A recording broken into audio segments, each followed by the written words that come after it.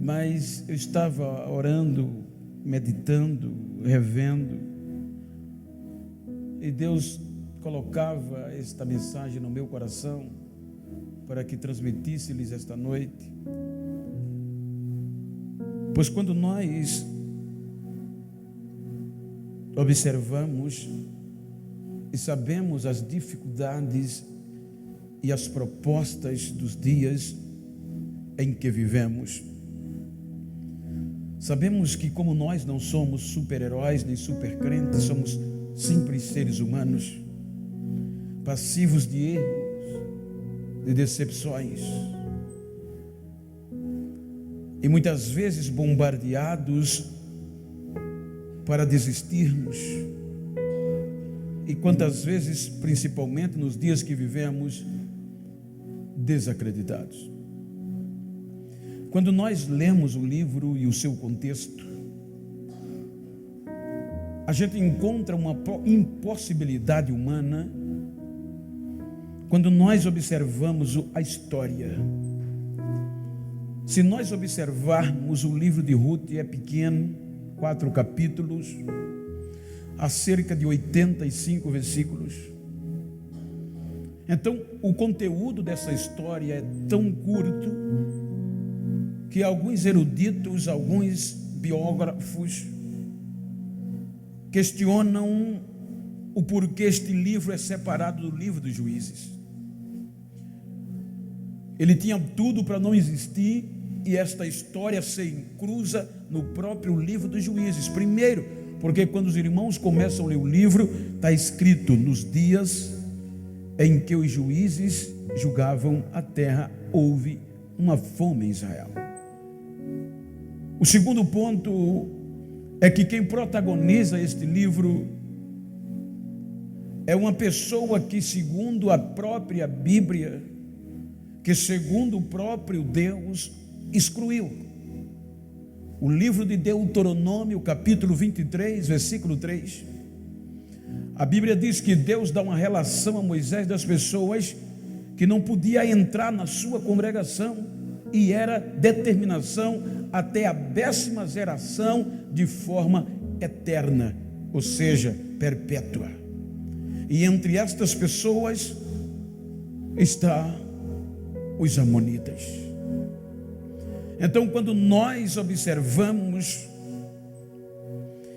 o contexto como um todo, nós percebemos algumas impossibilidades. E é nesta impossibilidade vista pelo homem que eu quero meditar convosco. Quando nós adentramos na história, os irmãos vão perceber que tudo aconteceu por uma insensibilidade. Pois a Bíblia diz que quando Deus coloca o povo dele na terra prometida, o livro de Juízes mostra que o primeiro capítulo é um capítulo de conquistas.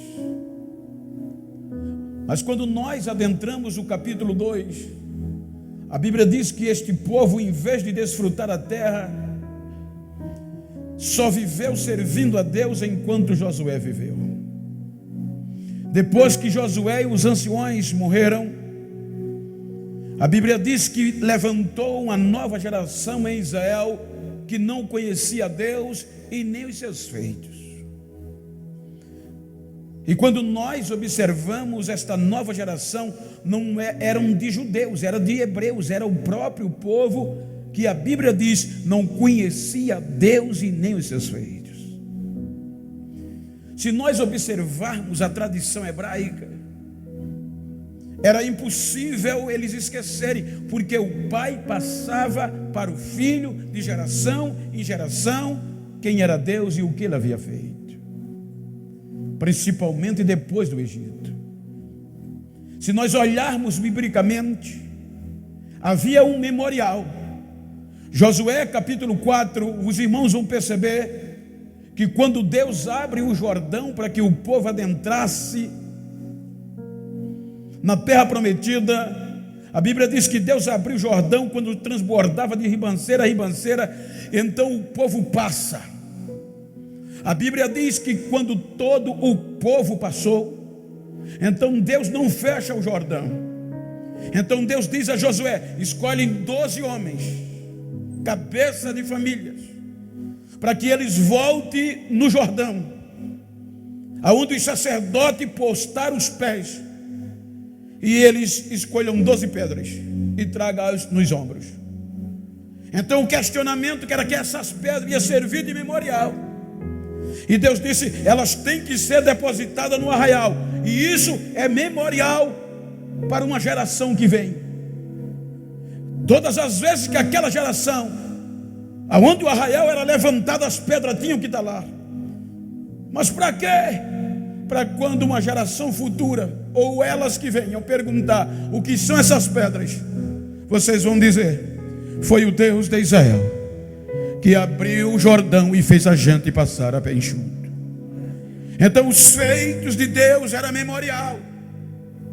Mas a Bíblia diz que esta geração que entra em evidência esqueceu, não conhecia. Na linguagem que eu falei, era impossível. Quando a gente olha nas entrelinhas, o que aconteceu é que esta nova geração esqueceu da história, ou não levou em conta a história. Essa nova geração não levou em conta para que eles desfrutassem daquele momento bom. Uma geração que passou, ralou e sofreu para que eles entrassem na terra. Essa geração esqueceu que Abraão largou a própria terra e família, porque Deus lhe fez a promessa desta terra.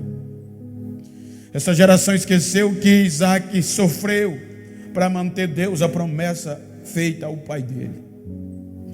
Esta geração esqueceu que Jacó ralou para manter a esperança desta terra.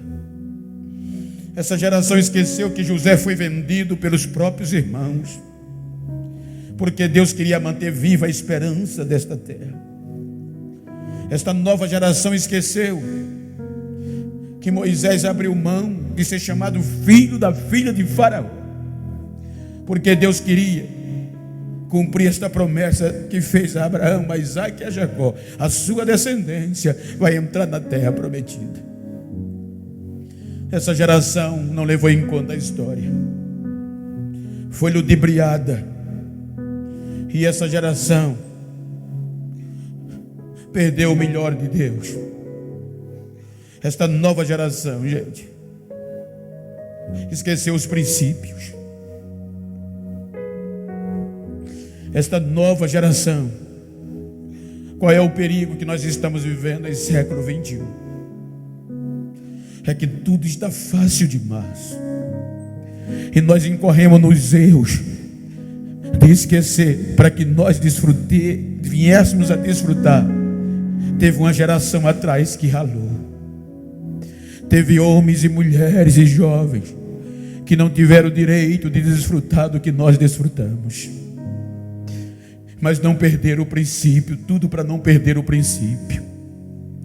O que vale hoje para a nossa geração é a fama, é o status, é o reconhecimento. E isso está fazendo com que hoje se briguem não mais pelos nossos valores, mas hoje se brigam para quem é mais visto nos vídeos, na internet, para quem tem mais convite, para quem prega mais, para quem canta mais bonito. Mas não era assim. Aqueles que vieram antes de nós ralaram para manter a história. Os irmãos hão de convir. Eu aprendi a orar.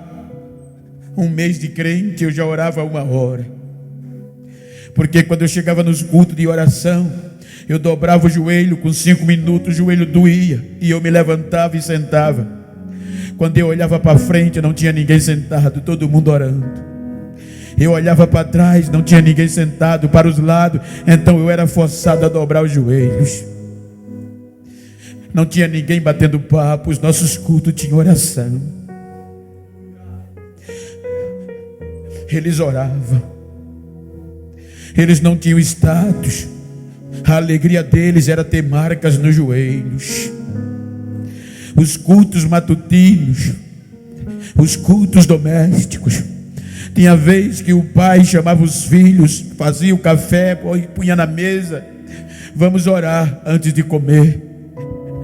O café esfriava, porque ninguém conseguia mais. Depois da oração entrava o mistério, e a família e os crentes começavam a falar línguas estranhas. Você há de convir comigo que os nossos cultos eram diferentes. Os nossos cultos não tinham favoritismo, não tinha estrelismo. Os nossos cultos tinham unção e poder.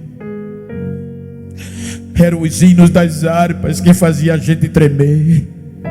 Não tinha popstar, não tinha ninguém famoso para a gente ir para o culto, para nos atrair. A única coisa que nos levava à igreja, independente de quem tivesse, era que Jesus estava lá. Que Jesus naquele dia ia fazer diferença. Agora veja como eram os nossos cultos. No hino da harpa não precisava muita coisa, muito gingado. Enquanto cantava o hino da harpa, eu fui batizado no hino da harpa, orando de joelho no culto de oração. Era o hino cantando da harpa, sem muito glamour. E os irmãos diziam: Jesus está batizando a irmã fulana, Jesus está batizando o irmão fulano. Os nossos cultos tinham dificuldades para terminar. Era crente que saía embriagados pelo poder de Deus, saía no ombro. Eu tive o privilégio de carregar muitos jovens dentro do carro de mão. Ou seja, hoje quando Jesus batiza, assusta. Quando há poder, assusta as pessoas. Porque nós estamos vivendo em dias que tem igrejas pentecostais que não se pode mais falar línguas estranhas. Já há pastores que proíbem os pregadores falar línguas estranhas para não escandalizar. Já não se ouve mais como se ouvia antes o falar em línguas estranhas nos nossos cultos. Mas eu vim pregar esta noite numa igreja que já vem sabendo que é uma igreja pentecostal. Eu vim pregar sabendo que aqui ainda se fala línguas estranhas, independente do frio ou do calor. Que aqui ainda pode profetizar e que Jesus ainda habita neste lugar. Se é verdade, deixa eu ouvir o glória da tua parte. Deixa eu ouvir se é verdade. Precisamos ouvir de novo. Precisamos ver as nossas crianças falarem línguas estranhas nos nossos cultos. Os nossos adolescentes profetizavam. O que levou Israel à fome e à miséria foi que esqueceram a história, não levaram em conta a história. A Bíblia diz que perdeu o princípio e cada um andava como queria e fazia o que queria. Engodados e ludibriados pelo arraso dos balins. A Bíblia diz, pastora Marisa, que esta geração esqueceu, não levou em conta e foi ludibriada a adorar os balins e deixaram Deus. Quando deixaram Deus, a Bíblia diz que cada um fazia o que queria. Não tinha líder, não tinha pastor, não tinha. Eles não respeitavam. Aí Deus manda uma fome. E quando a fome vem, é tão arrasadora que chega na cidade de Belém. E quando a fome chega em Belém, a crise chegou junto. Aí é quando o livro diz, no capítulo 1 de Ruth, que um homem pegou a mulher, um hebreu e os 2 filhos, cruzou a fronteira de Belém, de Israel, e foi peregrinar em Moabe. A terra de Moabe era excluída das congregações do Senhor. Foi Deus que excluiu. Então ele largou o lugar, por meio da crise, foi para uma terra excluída, achando que lá ia dar tudo certo. Mas não demora muito, ele morre. A história dele acaba em Moabe. A Bíblia diz que ficou a sua mulher e os 2 filhos. Não demora muito, os 2 filhos casam-se com 2 mulheres de Moabe. Agora 2 hebreus casando com 2 moças moabitas. excluídas de entrar nas congregações do Senhor. Tudo parecia que ia dar certo. Passaram cerca de 10 anos, os dois morreram.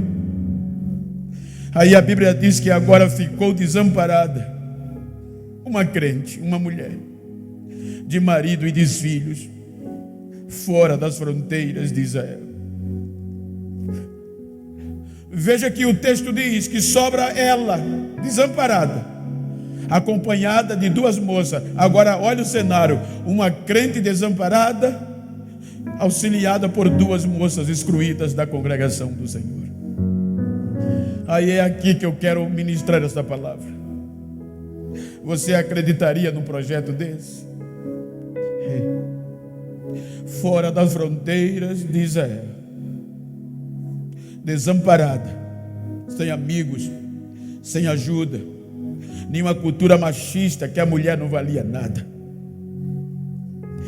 acompanhada por duas moças excluídas. Você acreditaria, investiria num projeto desse? Você investiria no resgate desse? Ela só tinha duas opções: ou se conformar com a crise e acabar a história fora de Israel, ou voltar para Belém. Mas para voltar ela não tinha forças. O mais fácil era se conformar ali mesmo, aladeada por duas excluídas, desamparada. Eu vou morrer aqui mesmo, porque para voltar era mais difícil. Você sabe que para falar do nosso sucesso, para falar do nosso bem, poucas pessoas compartilham. Mas se na tua caminhada cometer algum incidente, as pessoas nem te pedem para compartilhar, fazem questão de denegrir a tua imagem. Então a Bíblia diz que a notícia da miséria desta mulher, desta crente, já tinha chegado em Belém. A notícia tinha chegado em Belém dizendo: sabe quem está na miséria? Sabe quem está acabada? Noemi. Então, para voltar para Belém, tinha que dar a cara para bater, tinha que encarar os dedos na cara, bem feio. Então era melhor ficar em Moabe. Quando você chega no versículo 5, 6 de Noemi e de Ruth, você vê o texto dizendo: então ela toma uma decisão, levantando-se ela, e a palavra levantar só vem para quem está caído. Levantando-se ela, resolveu voltar. Aonde ela encontra forças, ela levanta, pega as duas noras e diz: vou lá, vou sofrer, mas vou voltar. Eu vou acreditar em um Deus que ainda vira página. Eu vou acreditar em um Deus que ainda acredita em quem ninguém acredita. Eu vou acreditar em um Deus que ainda investe em quem aparentemente não vale nada. Ela volta, mas antes de chegar em Belém, a razão vem. E a razão não anda junto com a fé. Ela chama as noras e diz: olha, eu não posso fazer isso com vocês. Eu estou voltando, mas não tenho sustentabilidade.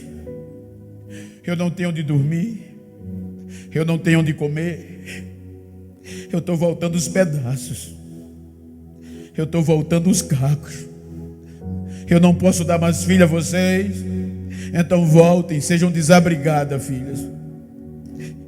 A Bíblia diz que houve uma comoção. Elas choraram no meio do caminho, e o choro foi em voz alta, em desespero. Órfã, uma das noras, se despede em lágrimas, volta. Mas Ruth não volta. Nada está aqui por acaso, gente. Ninguém faz história porque é bonitinho, porque tem dinheiro, porque é isso, não. Lá fora pode ser, mas nesse reino não. Noemi olha para Ruth e insiste: minha filha, eu estou voltando o pó, eu não tenho o que te dar. Volta, tua cunhada já voltou. Ela só olha para a sogra e diz: não insista para eu te deixar. Aonde você for eu vou, aonde você dormir eu durmo, aonde você comer eu como. O teu povo vai ser o meu povo, o teu Deus vai ser o meu Deus. E outra coisa a não ser a morte vai me separar de você. Ela tomou uma decisão. Agora a crente volta ladeada por uma excluída.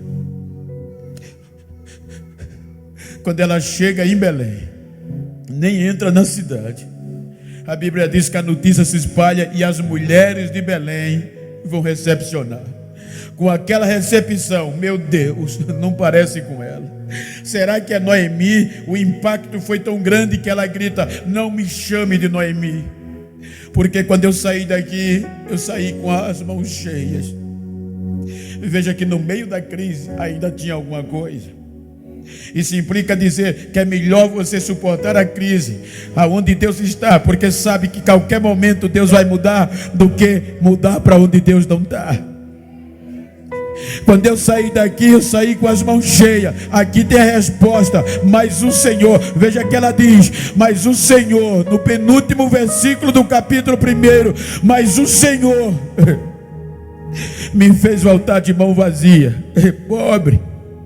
Isso implica dizer que a força que ela encontrou para voltar, foi Deus que rompeu a fronteira para buscar ela, gente.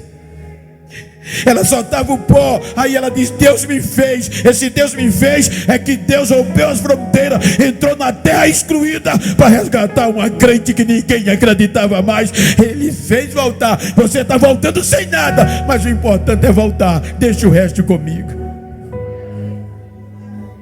Ela chega em Belém, na colheita da cevada. Não tinha o que comer. Cevada era colhida para ração de animais, e em parte para mendigos, para as pessoas mais pobres. Elas chegam em Belém. Não há destaque, não há glamour, há miséria. Quando começa o capítulo 2, olha o que é que Deus faz. A excluída diz para ela: deixa-me rogar aos donos da fazenda, para pelo menos alguém me deixar colher ou rebuscar cevada. O que eu aprendo aqui é que Deus preservou uma mulher excluída para não perder uma crente. Então eu aprendi aqui que quando o inferno pensa que levou tudo, que destruiu tudo e a gente vai desistir, ele não sabe nem ver que Deus sempre deixa alguma coisa funcionando para não perder a gente. Então olha, se você pode, diga para quem está ao seu lado: se você pode, quando a crise chegar, você não vai estar só.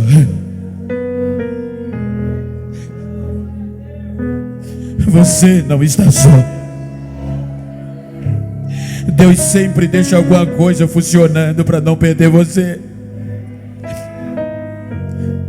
Eu lembro-me de um artigo missionário que eu li, que ele me dizia que na região do Tibete, um missionário foi coagido a desistir se não morria, ou deixava a região ou morreria. E era nevasca. Então se ficasse morria, se saísse a nevasca ia deturpá-lo, matá-lo. Então ele resolveu enfrentar a neve, pegou a mochila, pôs nas costas e entrou na neve.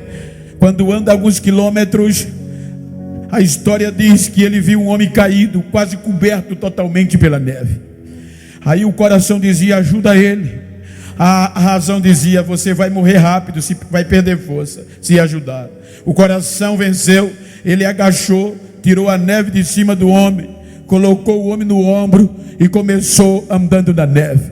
Agora era mais difícil porque estava com peso, e o peso fazia ele transpirar mais. Quanto mais transpirava, mais perdia força. Agora o pé descia mais na neve, exigia mais força. E neste ele vai perdendo força. Chega no caminho, chega um momento que ele não tem mais força e cai. Quando ele cai, o homem cai sobre ele. Só que ele não percebeu que quando cai sem força, o suor que ele transpirava aquecia o homem que vinha nas costas. Então quando ele perdeu força, que os dois caíram, o homem que vinha nas costas, restaurado pelo suor dele, levantou, olhou para ele e disse: agora quem vai te carregar sou eu. Colocou ele no ombro e os dois saíram do outro lado. Então diga de novo: você não está só. Sempre fica alguma coisa funcionando. A excluída, quem investiria nesses projetos, gente? Qual o pastor, qual o irmão que investiria o seu melhor nesse projeto? Deus foi lá, trouxe de volta. E agora a excluída vai pedir esmola. A palavra rogar, no nosso vocabulário, quer dizer pedir insistentemente com humildade. É pedir esmola, me dá uma ajuda. Por isso que ela saía todos os dias pedindo, batendo de porta em porta: deixa-me rebuscar. A palavra rebuscar é buscar aonde já foi buscado. O que era que acontecia? Colheita de cevada, os funcionários colhiam as melhores espigas, e aqueles que não prestavam nem para ração de animal, eles deixavam para trás. Eram esses que os mendigos pediam para recatar. E era isso que Ruth começou a fazer: rebuscar para sobreviver, para fazer história. Um dos perigos hoje da minha geração é que não quer mais fazer história, já quer chegar abafando. Não é assim não, porque Deus não trabalha como o homem, como a mídia. Hoje a minha geração corre em busca de valores. Se Deus não vai, sai de porta em porta, procurando onde faz. Não tem mais paciência de esperar em Deus as promessas de Deus. Sai batendo de porta em porta, atrás de resposta, atrás que alguém ore e profetize favoravelmente. Deus não trabalha feito a mídia, gente. A mídia só precisa de 24 horas para pegar um desconhecido e colocar ele no topo da fama. Mas em menos de 24 horas, a mídia tem o poder de pegar o famoso de cima e jogar ele embaixo de novo. Mas Deus não trabalha assim. Quando Deus nos escolhe, tem momento que parece que Ele nos abandonou. Mas tem uma coisa: depois que Ele aprova, gente, Ele não desiste mais. Ele não abre mais de você, não abre mão de você mais. É isso que é confortável em Deus. Vale a pena suportar e ter paciência no tempo dele. Ela começou a mendigar, fazer história. Agora veja que na ótica dos críticos, isso aqui é coincidência. Mas na ótica de quem conhece a Deus, isso aqui não tem nada de coincidência. É Deus purinho. A Bíblia diz que um dia esta excluída bate na porta de um homem chamado Boaz para mendigar. E o patrão não estava, só estava o empregado. Depois de algumas perguntas, deixa ela entrar e ela vai mendigar no campo de Boaz. Quando ela está mendigando no campo de Boaz, veja que não é Deus. A Bíblia diz que naquele dia, justamente naquele dia, o patrão resolve ir para a fazenda. E quando Boaz chega na fazenda, o que chama a atenção dele não é o boi, não é a cevada. Eu achei interessante quando eu li. O que chamou a atenção do Boaz não foi a produção dos empregados, foi uma moça mendiga, excluída, que isso ninguém dava atenção. A Bíblia diz que ele olha para o empregado e pergunta: quem é aquela moça que vai atrás das minhas funcionárias? A história fala. O empregado disse: o nome dela é Ruth. Olha a história. Ela é moabita. Ela largou o seu povo, largou seus pais e voltou com a crente Noemi. Ela abriu mão de tudo. E a história é que ela decidiu que o Deus de Noemi seria o Deus dela. O patrão foi impactado, o homem mais rico. Segundo a história, Boaz era o fazendeiro mais rico de Belém. Aí disse: chama ela. Agora alguém teve que chamar a excluída. Dá para ver o empregado chegando lá e chamando uma mendiga. O patrão está chamando. Quando ela chega, se dobra, agradece. E sabe qual é a voz de Boaz? Oh, minha filha, eu estou sabendo a tua história. E eu mandei te chamar para te dizer que eu já conheço. O Deus de Israel galardoe você pelo que você fez. A partir de hoje você não vai mais pedir esmola em ninguém. Você vai chegar aqui e vai colher a hora e o tanto que quiser nesta fazenda. A partir de hoje você vai beber água quando ter sede, que não, o mendigo não tinha direito. Você vai lanchar quando tiver fome. A partir de hoje, filha, você não mendiga mais. Ela agradece e vai. Eu acho lindo isso aqui no capítulo 2. Quando ela vai mendigar, o patrão olha e diz: ela ainda está fazendo muita força. Aí chama o empregado e diz: faz o seguinte, diz àqueles que vão na frente, que eram os profissionais que ganhavam para colher, que quando eles juntaram suas espigas e forem levar os seus feixes para a eira, isso era dizendo, eles chegavam de manhã, colhiam as melhores espigas, quando fazia o feixe, amarrava, colocava no ombro e levava para despejar na eira, para a produção. Aí agora Boaz, o dono da fazenda, disse: você vai dizer, quem vai na frente, os meus empregados, que quando eu fechar o feixe, que for para a eira, se olhar para trás e Ruth vier, manda afrouxar o fecho e deixa cair as melhores para que ela pegue. Agora quem ia na frente ralava, colhia o dia todinho, quando olhava que Ruth estava, tinha que desatar, afrouxar o fecho para que ela pudesse colher o melhor que Deus estava mandando.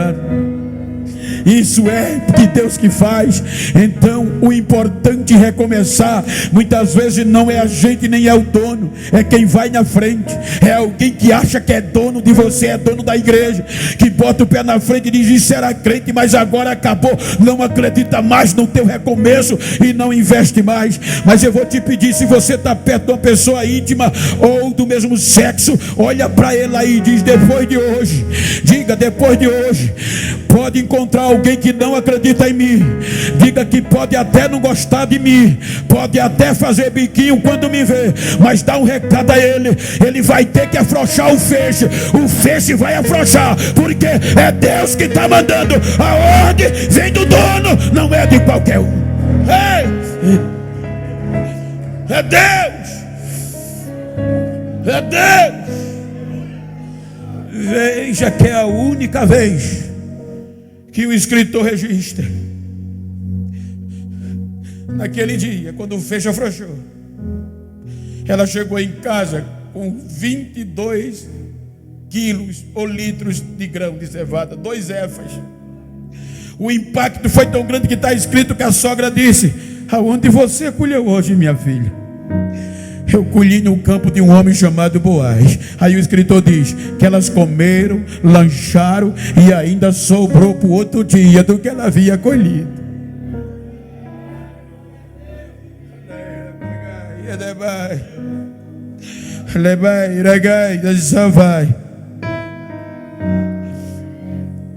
A sogra, como quente, disse: como crente, a hora chegou, a prova acabou.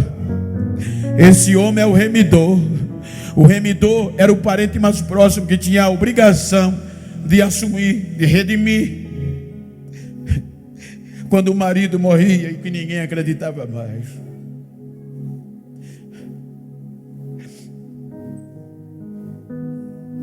Quando ninguém queria investir, era o remidor, o parente mais próximo que tinha o direito de investir. Então ela olha para Ruth e diz: lava-te, veste-te, põe o perfume e vai para a eira, que ele vai passar a noite lá hoje. Ela faz. Em suma, em resumo, ele olha para ela quando a desperta e diz: eu não sou o remidor, tem outro na minha frente. A esperança do crente agora parecia voltar para a estaca zero. No outro dia de manhã, ele abastece de cevada e manda ela voltar. Quando ela chega em casa, a sogra estava esperando. E aí, minha filha, como foi? Ela diz, ele disse que não é ele não, tem outro que ninguém nem conhece. E ele disse o quê? Mandou eu descansar. A sogra crente disse, vai descansar, minha filha, porque hoje esse homem não dorme enquanto não resolver esse negócio. De hoje não passa, isso é que é ser crente. O meu Deus vai agir. A Bíblia diz que ele saiu da fazenda, nem para casa foi direto para a porta da cidade esperar que esse outro aparecesse. A Bíblia diz que quando este outro que tinha direito apareceu, ele já pega as testemunhas, senta na porta da cidade, que o texto que a gente leu está referente a isso, era costume em Israel, e chama o fulano, ei, vem cá. Quando o rapaz chega, ele relata. Você está sabendo que Noemi voltou, a viúva, e voltou. Você vai assumir o que restinho que pertence a ela, as terras. O rapaz já tinha feito o planejamento. Vou, já está tudo certo. Só que ele queria investir na terra, não na pessoa. Ele queria redimir a terra, não a pessoa. Aí Boaz disse, só que você está sabendo, quando você redimir as terras de Noemi, você vai ter que redimir também a escrava, a estrangeira que está com ela, a excluída. Aí o rapaz disse, não dá para mim não, aí eu vou ter prejuízo na minha herança. Quem investiria, gente? Aí Boaz disse, se você não quer investir, eu vou investir, passa para mim o direito que eu quero. Mas você vai ter coragem? Vou, eu quero, eu acredito nesse projeto. Aí é o texto que a gente leu. Havia, pois, já de muito tempo esse costume em Israel, quando se tratava de remissão e de troca, de permuta, para confirmar todo o negócio. O homem que tinha um direito, quando não queria investir, sentava, tirava o sapato e dava a quem queria e voltava para casa descalço. Agora o homem que tinha direito, não quis investir, teve que sentar na frente da testemunha, tirar o sapato, entregar a Boaz e voltar para casa descalço. Diga para quem está ao seu lado, eu estou com dó de quem não acreditava em você. Vai ter que voltar para casa descalço, para saber que você ainda vale muito. Ainda tem gente que acredita em você, ainda tem um Deus que acredita em você. Então quem não acreditava em você vai ter que voltar para casa descalço. E o melhor,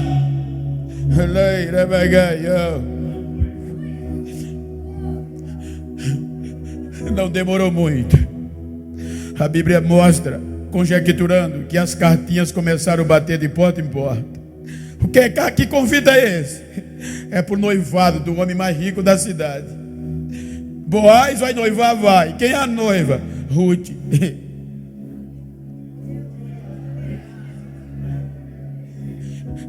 Daqui a pouco vem a cartinha. É núpcia. Parou a cidade. É festa. É casamento. De quem? Boaz com Ruth, o homem mais rico da cidade. Agora investiu e estava casando com a excluída, que tomou uma decisão de servir a Deus e de servir uma crente em aflição e desamparada. Eles casam-se. Aí quando você lê o capítulo 4, você vai lendo, salvo engano, a partir do versículo 13 a 14, você vai encontrar o escritor dizendo: e agora as mulheres de Belém, ou seja, aquelas mesmas mulheres que não deram nada quando Noemi entrou na cidade com Ruth, agora olhava para Noemi e tinha que encarar e dizer: bendito é o Deus de Noemi, que não deixou a desamparada, lhe deu uma nora que é melhor do que 7 filhos, e a ela lhe deu um filho que vai cuidar da sua velhice. Então toda vez que alguém encontrava Noemi, tinha que dar glória a Deus e dizer: bendito é o Deus de Noemi.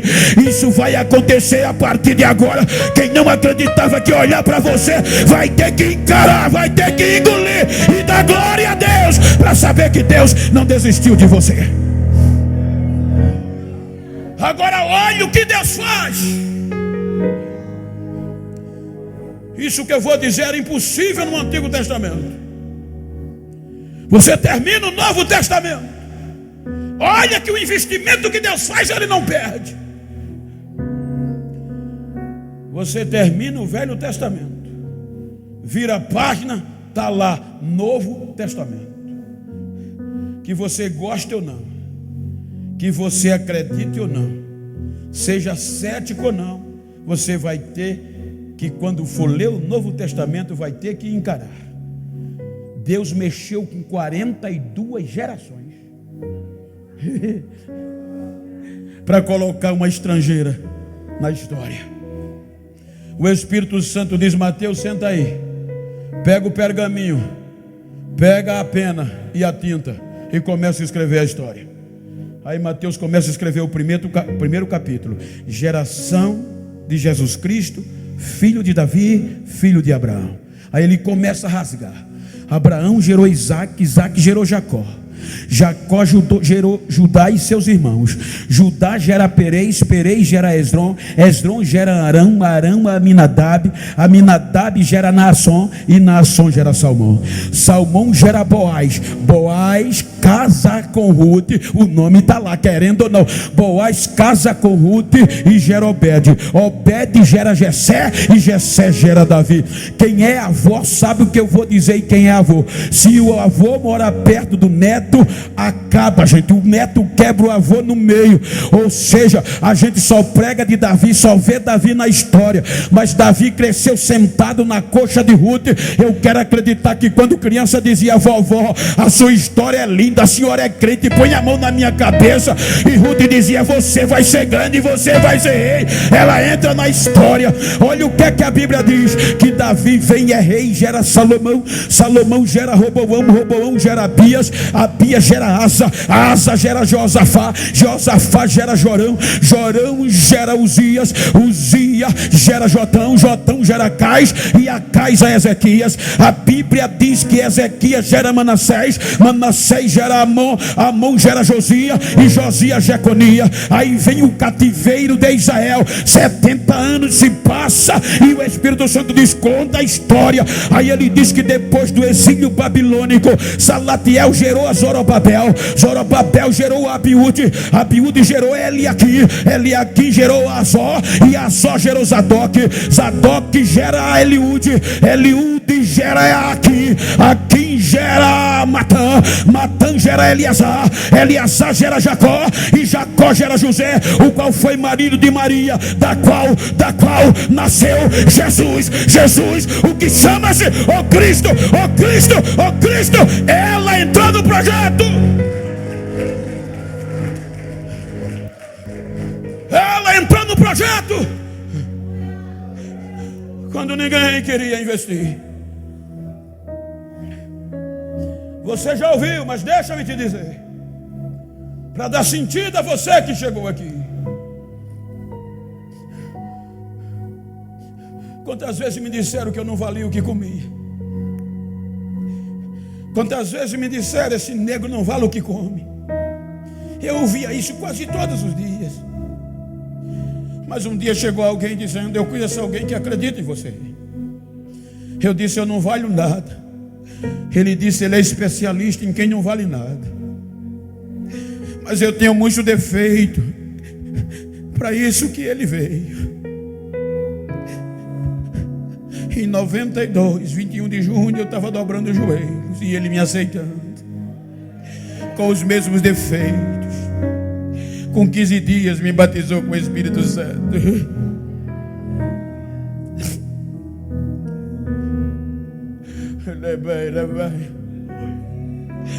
Um ano e meio de crente, orando no mínimo 8 horas por dia, jejuando quase a semana toda e lendo a Bíblia e trabalhando. Um ano e meio de crente, chegou um pregador na igreja, dentro do canavial. Para minha alegria, a irmã Marisa é da minha cidade, pastora Marisa. numa igrejinha pequena, a metade aqui, desse tamanho, mais a metade, O pregador dentro do canavial, pregando naquele domingo, me disse, 94, Deus está me dizendo que você é um projeto dele e ele investiu em você. As fronteiras do mundo vão se abrir e o Brasil vai ser pequeno.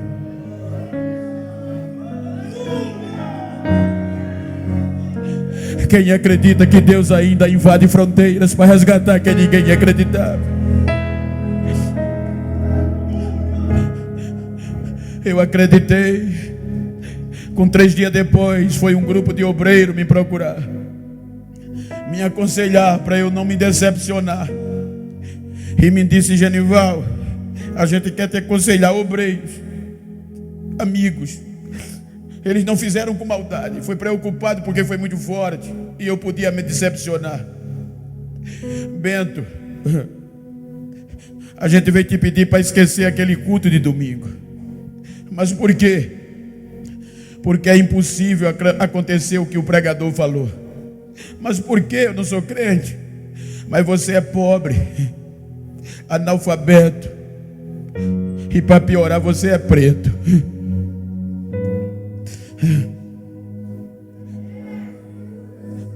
Em outras palavras, você é um projeto falido, ninguém vai investir em você.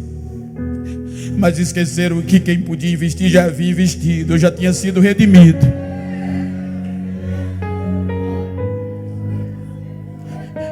Aquilo me destroçou e eu decidi: nunca mais eu entro numa igreja. Fui orar no outro dia, meia hora, para dar a Deus e nunca ficar com ódio da igreja. Quando eu dobrei os joelhos, que fui me levantar, não conseguia. Tinha uma voz no meu ouvido e as mãos nos meus ombros dizendo: eu não desisto de você, filho. O homem pode não acreditar, mas quem investiu fui eu. E hoje eu vou te mostrar quem sou eu, para você saber que está de pé a proposta. 4 horas da tarde eu me levanto. Quando vou para casa, vem um adolescente da igreja pedindo que eu corresse no posto de saúde, que a minha filha Gisele, de 9 anos na época, tinha passado mal. Quando eu cheguei no posto de saúde, dentro do canavial, numa fazenda, quando vocês forem me visitar, me avisem para eu levar vocês lá. Aí eu cheguei, o médico disse: entre. Quando eu entrei, ele disse: olha, eu fiz o que pude, mas sua filha faleceu. Prepara o enterro. Eu peguei a menina no colo e fui levando para casa. Quando eu saí do posto, acabado, as pessoas zoando, o Espírito Santo disse: não vá para casa não, leve ela para onde você estava orando, que eu vou te mostrar que eu não vejo como o homem vê, eu não escolho como o homem escolhe, eu vou te mostrar quem sou eu hoje. Cheguei na igreja, tinha deixado a porta entreaberta, joguei a criança no piso, caí por cima, minha esposa gritando e gritando, acabou. Daqui a pouco o médico vem, a enfermeira, os vizinhos cercam a igreja. Aí a voz de Deus entra e eu vi audivelmente Deus me dizer: fui eu que te trouxe aqui. Eu te trouxe aqui para dizer-te que eu não esqueci de você e não desisto. A proposta ainda está de pé. E para você saber que sou eu, olha o que eu estou fazendo. Quando ele disse assim, não deu 1 minuto, a menina começou a embolar no chão. Daqui a pouco deu um pulo e começou a dar glória a Deus e perguntar: o que houve, pai? O que houve, pai? Ele ressuscitou ela na hora, instantaneamente, naquele dia, para mostrar que não desiste de um crente, para mostrar que não desiste de um crente, para mostrar que não desiste de um crente.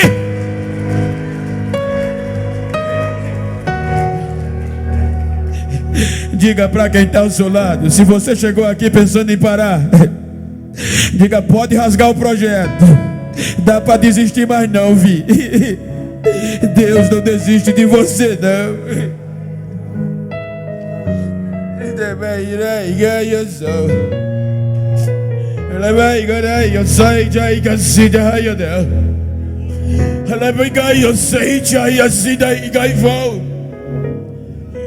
Like a Sanjahidi, Yagava, and the Magaya, you said a Goliath, shut your mouth. And the guys, I like I said, you say, and I like I say, you're the house. And if you lie, you so, I can carry a bright chair. And if you lie, you so, and the guy say,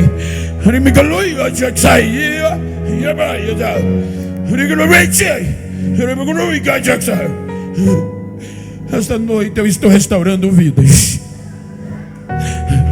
Esta noite o meu espírito está invadindo corações quebrantados. A minha glória está invadindo esta casa. Esta noite eu restauro sonhos e projetos para saber que eu não mudo, eu sou o Senhor. Assim diz o Senhor desta igreja: eu sou o Senhor.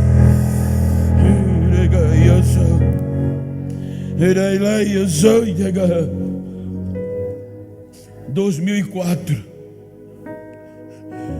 Entrei em 2005, gente. Mais crente do que eu terminei em 2004. Vai ser o meu ano. Terminou 2005 e Deus se calou. 2006 vai ser o meu ano. Continuava dentro do canavial.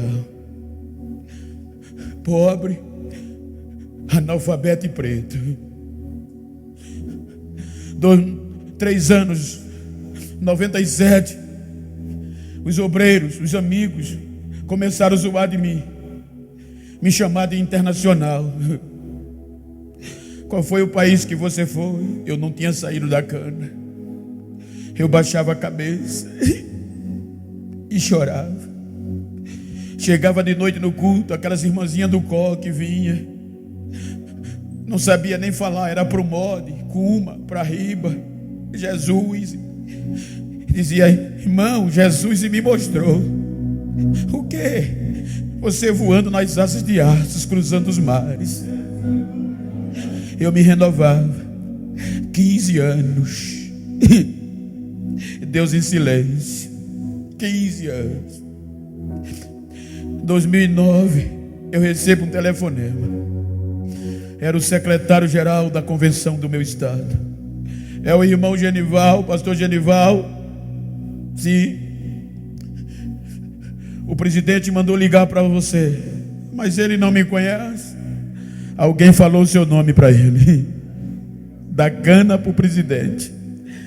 Alguém falou o seu nome e ele escalou você. Era mês de junho.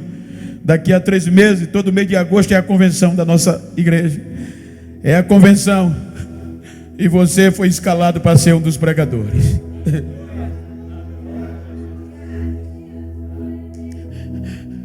Mês de julho, o cartaz, o outdoor, saiu nas BRs, BR-101, BR-104, na cidade.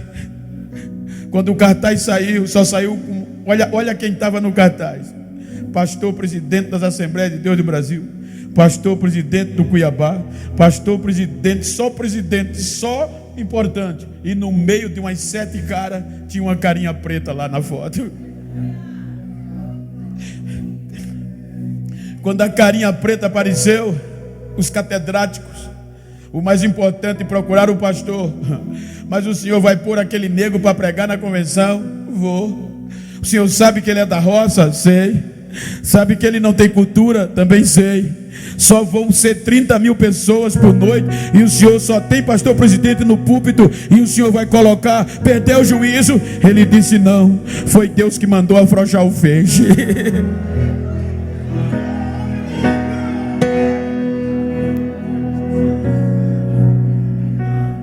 2010, o telefone toca. Agora todo mundo me queria no estado. O Brasil me conheceu. Agora 2010 eu recebo uma ligação ainda no interior. Alô? Só que eu não sabia do outro lado. Hello? Pastor Genival? Aí, para não ser besta, yes. Era a Europa. 2011 era a América. 2012 eu não sabia falar, só fui dizer arigato.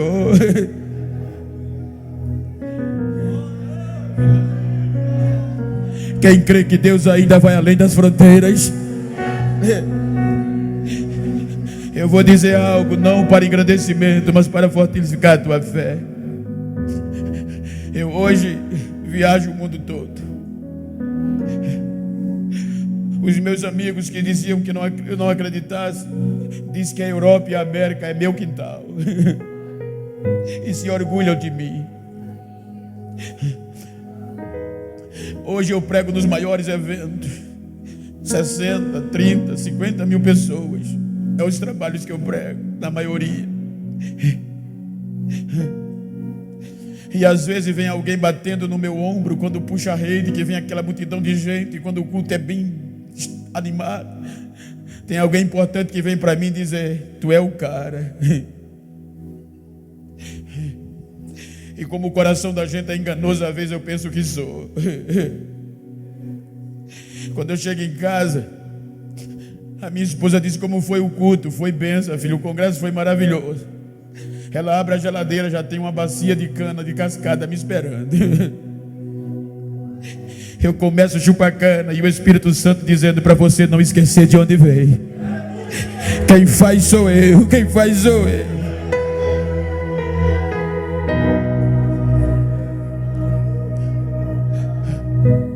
Hoje fazem de tudo para eu cobrar para pregar o evangelho, mas eu não posso.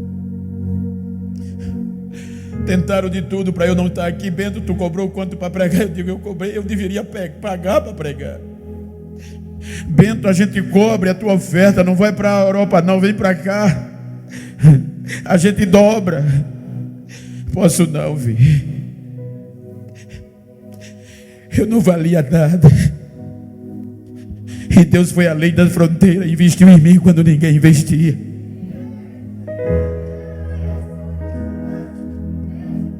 Não sou rico, mas melhorei. Não sou mais analfabeto. Estudei, sou doutor, mas ainda continuo pretinho do mesmo jeito. Para quem vem e acreditar, dizer Deus é Deus, queira ou que não, vai ter que me engolir. Diga para quem está ao seu lado, a partir de hoje, se encontrar alguém, diga que mesmo que não gostar de mim, vai ter que me engolir, vai ter que me aceitar. Fique de pé, por favor.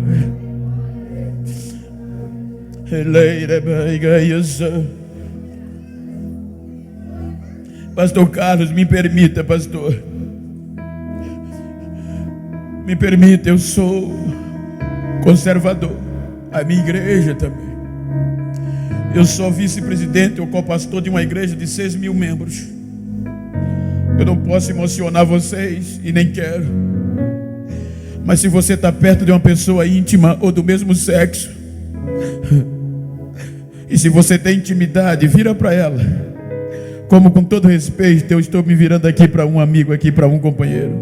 Vira para ele aí, vira para ela assim, olha para ele, não olha para mim não, se você pode. E diga para ele, estou nem aí, quero nem saber como você chegou esta noite. Quero saber como você vai sair.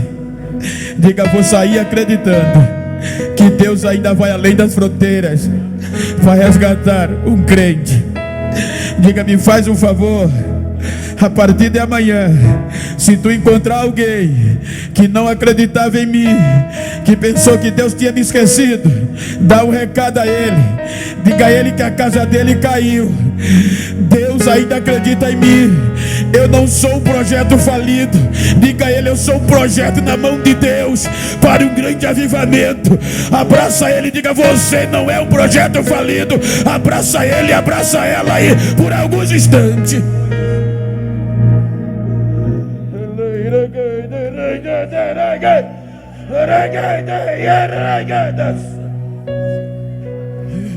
Abraça ele, chora um pouquinho com ela. Talvez ela chegou aqui querendo desistir, talvez ele chegou aqui sendo detratado, mas profetiza para ele, diga, Deus não desiste de você, Deus ainda atravessa a fronteira. Eu estou aqui não é por acaso, Deus ainda atravessa a fronteira para não perder o crente desamparado.